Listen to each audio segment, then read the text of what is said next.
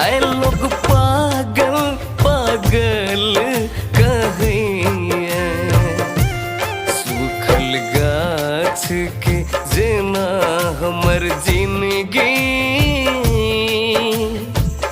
हिलैया ना डोलैया।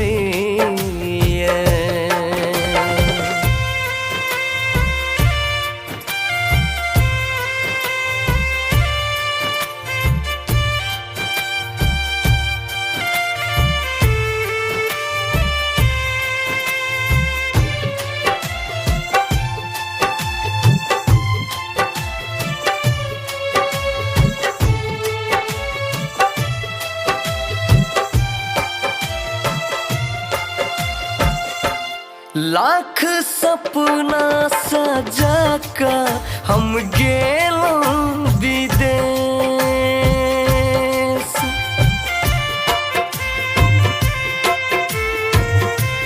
लाख सपना सजा कर हम गेलों विदेश। विश्वास के हमर दिलवा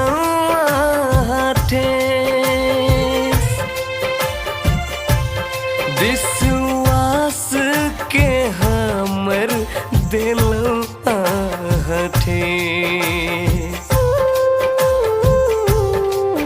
की भूल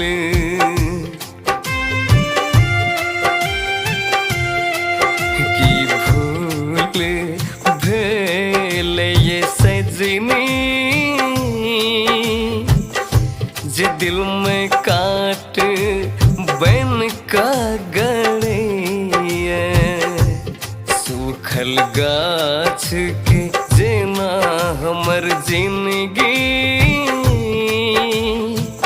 हिलैया ना डोलैया।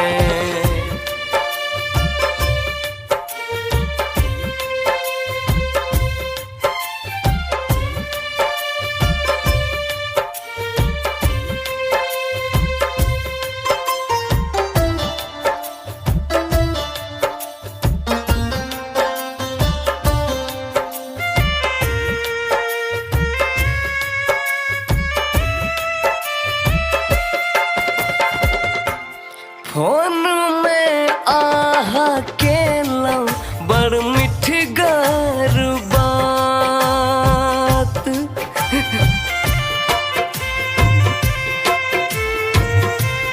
फोन में आहा केला बड़ मिठगर बात। छोड़ का हमरा छेला दोसर के साथ। छोड़ का हमरा छेलौ दोसर के साथ। हमर आँख सँ हमर आँख सँ खून के आंसू पानी जे न झर झर बहैया। सूखल गाछ के जेना हमर जिंदगी हिलैया।